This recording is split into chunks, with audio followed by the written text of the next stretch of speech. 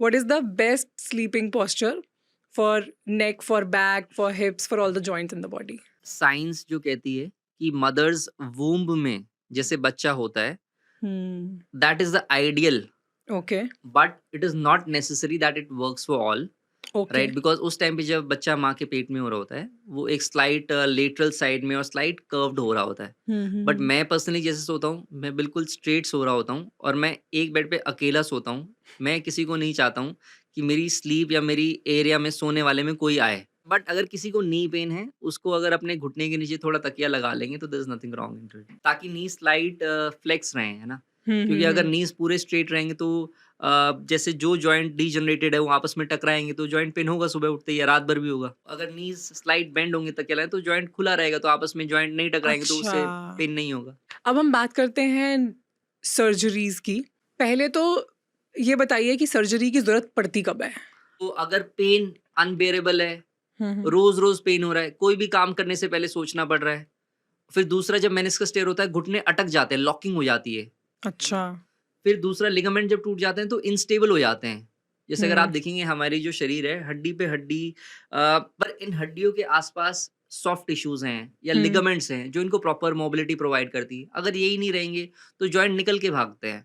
तो अगर ACL ligament टूटता है, तो जॉइंट निकल के भागेगा, हम्म। अनस्टेबल होगा, बार-बार अनस्टेबल होगा, जॉइंट आपस में घिसेंगे, कहीं भी चल रहा है कोई गिर जाएगा। हम्म। तो ये सारे अगर सिम्पटम्स आपको आ रहे हैं, तो then if the diagnosis is confirm, तब वो सर्जिकली रिस्टोर करा जाएगा। डायग्नोसिस में क्या देखते हैं आप? डायग्नोसिस में ये सबसे पहले तो ये देखते हैं ये हो क्यों रहा है और ये है क्या, ठीक है? ओके। और तीसरा, ये किस लेवल पे है, और चौथा, उम्र क्या है और आपकी रिक्वायरमेंट क्या है। ओके। अब 95 ईयर्स का इंसान है, उसके घुटने पूरे खत्म है, तो उसमें नी रिप्लेसमेंट भी लोग नहीं करते हैं। व्हेन यू से घुटने पूरे खत्म है, क्या मतलब है इसका? जब भी कोई नी पेन के साथ आ रहा होता है, एक orthopaedic surgeon based on his age एक रेडियोलॉजिकल एक्सरे करवाता है हम्म। बेसिकली। और हम्म। अगर लिगामेंट टूटा तो एमआरआई करवाता है। हम्म। अगर एक्स-रे उसने करवाए तो इयर्स ऑफ मेडिकल एजुकेशन के बाद हम उनको ग्रेड करते हैं कि ये ओके। किस ग्रेड का है ओके। और किस लेवल पे हम कहते हैं घुटने पूरे खत्म है। जब आपने कई बार देखा होगा घर में कोई बूढ़ा इंसान टेढ़े पैरों के साथ चल रहे होते हैं, उनके लेग्स में बोइंग हो रही होती है, अच्छा। पैर बाहर की तरफ मुड़ने लग जाते हैं, चाल में फ़र्क आने लग जाता है। फिर हम्म। एक्स-रे पे देखा जाता है कि अच्छा ये तो घुटने का ग्रेड क्या है?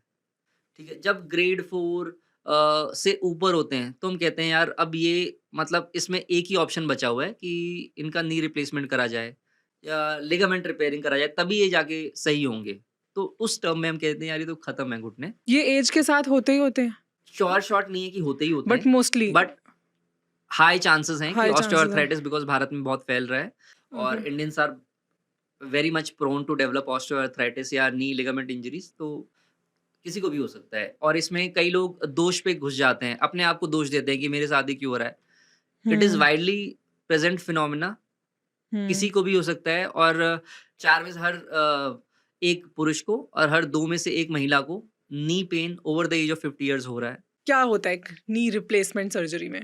कुछ लोग जैसे नी रिप्लेसमेंट्स जब समझते हैं, तो हम्म। ये सोचते हैं कि पूरी, जैसे गणेश जी की पूरी गर्दन रिप्लेसमेंट हुई थी, if I am hmm. Sorry, I am putting it very respectfully, hmm. कि दूसरा लगा दिया है, ऐसा नहीं होता है। नी रिप्लेसमेंट भले ही उसे कहते हैं, परंतु सिर्फ़ जो पार्ट खराब है, वहाँ पे एक टाइटेनियम की प्लेट या कप ऐसा लगा दिया जाता है ऊपर और नीचे, और जॉइंट स्पेस को बना दिया जाता है, जो जैसे दरवाज़े का पल्ला, अगर मैं कहूँ कि दरवाज़े का पल्ला रिप्लेसमेंट करा, ऐसा नहीं है कि पूरा पैर बदल दिया, पूरा घुटना बदल दिया काट के।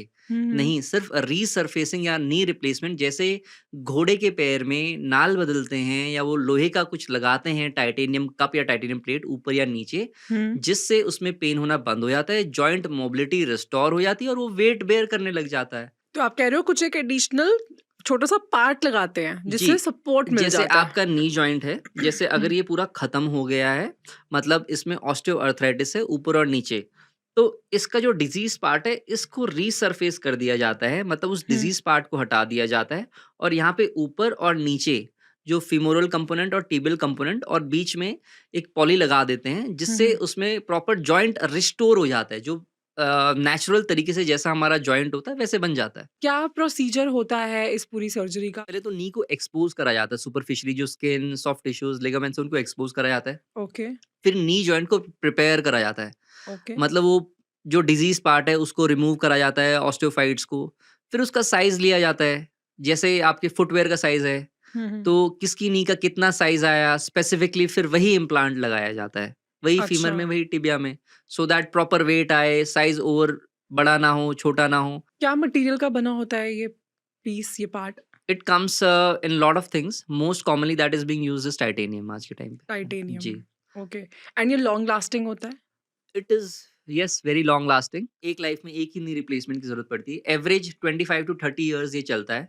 If okay. Decent knee replacement is done, yes. और अगर कोई दोबारा ट्रॉमा नहीं हुआ है या कोई हुँ, हुँ। इंजरी या इन्फेक्शन नहीं हुआ है, तो yes one is good enough to last a lifetime if it okay. Done at 60 और 55 इयर्स ऑफ एज, येस। इसे करवाने के बाद 100% होता है, ठीक हो जाएगा इंसान, ठीक से चल पाएगा?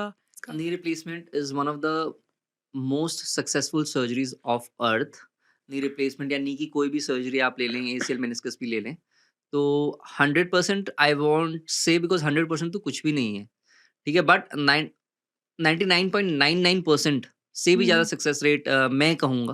पर एक दुर्भाग्य ये रहा कि इंडियंस बहुत डरते हैं नी हुँ। रिप्लेसमेंट से या नी सर्जरी से, क्योंकि कहीं न कहीं उनके ज़हन में बैठा हुआ है कि अटल बिहारी वाजपेयी जी की जो नी रिप्लेसमेंट थी, वो सही नहीं हुई। तो हमारे पास सबसे ज़्यादा ये पूछते हैं कि उनकी तो सही नहीं हुई, है ना? हुँ। अब उनकी क्या सर्जरी हुई, क्या नहीं हुई, क्या एडिशनल कॉज़ेज़ थे, क्या कोई अंडरलाइंग पार्किंसंस तो नहीं था। हुँ, तो hmm. N number of factors, but उनकी एक उस वजह से लोग अपने आप को सफ़र करवा रहे हैं या अपने डिसीजन मेकिंग नहीं कर रहे हैं, ओके। तो that is a wrong thing, but it is one of the most successful surgeries, knee hmm, hmm. Surgeries okay. On planet earth. So अगर कोई इंसान जिनकी एज ज़्यादा है, वो नहीं चल पाते हैं अपने घुटनों के दर्द की वजह से, और फिर अगर वो ये सर्जरी करवाते हैं तो वो बिल्कुल सही तरह से चल पाएँगे? बिल्कुल, there is no doubt. They can start running again? Running, we advise not to run. You can live a normal lifestyle and complete your entire lifespan जितना आप नॉर्मली भी जीते, या जितना आपको भगवान ने लाइफ स्पैन दिया आप पूरा करेंगे, आपको कहीं कोई प्रॉब्लम नहीं आएगी। जैसे मेरे पास पेशेंट आते हैं कि सर नी रिप्लेसमेंट के बाद मैं उकड़ू नहीं बैठ पाऊंगा या ज़मीन में नहीं बैठ पाऊंगा, तो मैं कहता हूँ वो तो आप अब भी नहीं कर पा रहे हैं। नॉर्मली रनिंग कर सकते हैं, but we advise them not to not to. To okay. So that जो लाइफ स्पैन है नी रिप्लेसमेंट का या नी सर्जरी का, वो लॉन्ग रहे या बना रहे। ओके, और क्या चीज़ें अवॉइड करनी होती हैं? मैं तो after my knee replacements hmm, I hmm. Just advice them कि आप ज़मीन में नहीं बैठना है, हुँ, परंतु हुँ। अब ऐसी भी नी रिप्लेसमेंट्स हम लोग कर रहे हैं जिससे उकड़ू बैठ के सारे काम कर रहे हैं। But okay. For being on the safer side, running में अवॉइड करता हूँ कि आप रनिंग और हाई एक्टिविटीज़ जिसमें जंपिंग, रनिंग, ये अवॉइड करिए, अपना नॉर्मल लाइफ स्पैन जिए नी हुँ, रिप्लेसमेंट के बाद। परंतु हाँ, एसीएल और मेनिस्कस सर्जरी आर नी में ऐसी सर्जरी जिसमें रनिंग और रिटर्न टू स्पोर्ट्स जो कहते हैं हम, हुँ। वो पूरा रिटर्न टू स्पोर्ट्स करते हैं, प्रोफेशनल स्पोर्ट्स में रिटर्न करते हैं। क्या है एसीएल सर्जरी? एसीएल सर्जरी इस घुटने में एक ऐसा लिगामेंट होता है, ओके, नी रिप्लेसमेंट के बाद सबसे कॉमन सर्जरी अगर कोई नी में होती है वो एसीएल सर्जरी होती है। तो ओके। एक ऐसा लिगामेंट होता है जो टूट जाता है खेलते अच्छा, वक़्त या कोई एक्सीडेंट से, जैसे ऋषभ पंत का एसीएल लिगामेंट सर्जरी टूट गया था, एसीएल लिगामेंट टूट गया था, तो वो रिपेयर हुआ है ना? ओके, जी, वो घुटने का एक लिगामेंट, उसको रिपेयर करना और ओके, जिससे स्टेबिलिटी प्रोवाइड हो नी में, जिससे ओके। लोग रिटर्न टू स्पोर्ट्स करें और अपना बेस्ट परफॉर्मेंस दें। तो एक बार ये सर्जरी हो जाए तो वापस अपना वो स्पोर्ट्स में भी फिर से जा सकते हैं, like they 100%। Are as good. हमारे इतने सारे पेशेंट्स हैं जो सारे रिटर्न टू स्पोर्ट्स करके गए हैं ओके। और हमें they make us feel proud. जैसे हुँ, मेरे हुँ। एक पेशेंट थे, इज़ इन एयरफोर्स, तो उन्होंने फिर मेरे को अपना प्लेन उड़ाते हुए की, within 1 month of the surgery, plane उड़ाते हुए की वीडियो भेजी। He is flying fighter pilots, hmm, fighter hmm. Planes after okay, knee surgery, highest okay. Available requirements of a knee they are doing. इसका कितना time लगता है, एक बार surgery करवा ली, तो कितना टाइम लगता है हील होने में, रिकवर होने में, वापस अपने पैरों पे खड़े होने के लिए? सी नी रिप्लेसमेंट करने के नेक्स्ट डे बाद इंसान चलने लग जाता है और से प्रॉपर चलने लग जाता है? प्रॉपर चलने मतलब वेट बेयर करके धीरे-धीरे चलने लग जाता है। एसीएल और नी रिप्लेसमेंट दोनों के बाद, परंतु बिकॉज़ इतने समय से mind lost its ability to train the muscles, okay, तो वो प्रोप्रायोसेप्शन और थोड़ा कॉन्फिडेंस आने में 1 महीना लग जाता है ओके, और प्रॉपर रिहैब होता है, बट इतना ओके। लॉन्ग लास्टिंग नहीं होता। नेक्स्ट डे से इंसान अपने सारे काम करने स्टार्ट कर देता है। कॉस्ट क्या होती है इसकी? द मिनिमम इज़ 1.5 लाख से, और जो जाता है कम से कम 1.5 लाख से साढ़े 5-6 लाख तक आराम से जा रहा है।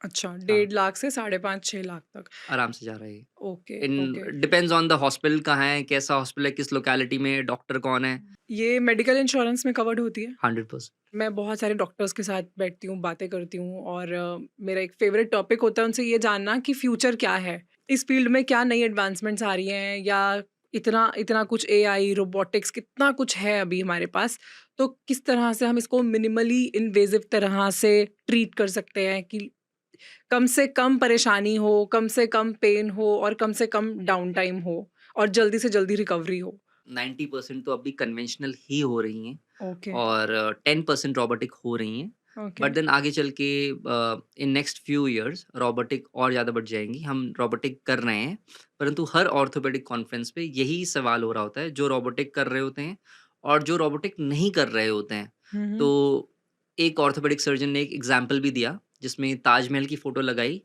Before there were machines, before cranes, तो उन्होंने कहा ये तो बिना क्रेन के और बिना मॉडर्न मशीन्स के बिल्कुल स्ट्रेट बने हैं, ठीक है? परंतु एक उन्होंने इमेज दिखाई जिसमें ताजमहल बीच में है और उसके चारों पिलर्स, कोई लेफ्ट है, कोई राइट है। तो unskilled surgeon can still do a mistake, but अगर स्किल्ड सर्जन है, तो अब भी कन्वेंशनल इज़ वर्ल्ड में 90% लोग कन्वेंशनल सर्जरी जो हुँ, खुद अपने हाथों से करा हुआ वो और प्रेफ़र करते हैं। उसमें बेस्ट रिजल्ट्स आ रहे हैं। बट हाँ, रोबोटिक्स आर कमिंग ओवर और it is still on the developing phase, but yes we are doing robotic also. बहुत लोग बाहर से आते हैं यहाँ पे मेडिकल ट्रीटमेंट्स के लिए, क्या नी रिप्लेसमेंट में भी ऐसा होता है? गुंजन जी, इंडिया का medical tourism is very, very good, but hmm, it is still 1% of what it's capacity is, hmm, ठीक है? India is not a tourism friendly nation. अगर इंडिया हुँ। टूरिज्म फ्रेंडली हो जाए, तो we are going to rule the world. You are not the first person to say this, you are not the first doctor to say this. Exactly यही words मैंने बाकी doctor से भी सुना है कि जो हमारे में पोटेंशियल है मेडिकल टूरिज़्म को अट्रैक्ट करने का, वो बहुत ज़्यादा है, बट टूरिज़्म ही अच्छा नहीं है because we all know that. I get patients calling me from Spain, hmm, from so many n number of but they European just countries. Don't want to come to India. They do come, but 1/10 of what the people are coming. जो अभी patient आते हैं वो patient है जो Indian NRIs हैं। क्या होती है उनकी सबसे ज़्यादा कंप्लेंट्स? क्यों नहीं आना चाहते या क्यों अवॉइड देखो वो करते क्यों हैं? आना चाहते हैं, वो तो ये है वो कि तो cost is 1/10, yes, superior quality, और Indian orthopaedic surgeons are 10 times or n number of times better because the hands on that they have got, या ठीक है? और पर्सनलाइज्ड केयर है and hmm, everything else, chances of error are very less, ठीक है? But क्यों नहीं आना चाहते हैं? एक सुप्रीम कोर्ट की मैंने जजमेंट पढ़ी थी बहुत साल पहले हुँ, कि one Eiffel tower has solved the foreign reserve problem of entire nation, why hmm, can Taj Mahal not do it? Exactly. है ना? Every time I am visiting a new country and when I am you know looking at जो उनके Marvels हैं, उनको देखकर हमेशा मेरे mind में ये आता है और I feel really really sad कि इतना खजाना है हमारे पास, just that we are not able to do best with it. I think this will have to be introduced at the school level ना, दिस सिविक सेंस। अब या now Indian tourists are even making us ashamed in the abroad, वो या आप देखो। So unfortunately जी, जी, but then I think civic sense will have to start being taught from the school level. या that's जी, true, that's true. just a offbeat advice. नहीं तो Indian medical tourism will rule the world, will rule the world, है ना? अब now people are going to, अब जैसे hair transplant के लिए, I heard that Turkey is the new destination. या They're going over there. Yes, उससे 1/10 rate में लोग कर देंगे, but they are so friendly. अब now look at Goa. I mean, I went then. I had a very bad experience back then, and everybody I speak to in who's been to Goa, they don't say something very positive. The tourists that were coming in India are now going to all these other nations. Sri Lanka ho gaya. People who were coming since centuries because India was not, I mean, only very developed, but it was civilized, popular, and everything else. But now they've chosen every other country that's offering 1/10 rate में everything. So we have to जो सच में अतिथि देवो भवो है, वो ना केवल उसमें और उसमें it will be a huge thing. We all wish, we all pray, and we all hope that India becomes better and attract more and more tourists, and thereby medical tourism also grows. इन पूरे podcast की mini clips हम अपने दूसरे channel Gunjan talks clips पे upload करते हैं ताकि आप कम टाइम में भी इन पूरे पॉडकास्ट का मैक्सिमम फायदा ले सकें। उस चैनल का लिंक डिस्क्रिप्शन में अवेलेबल है।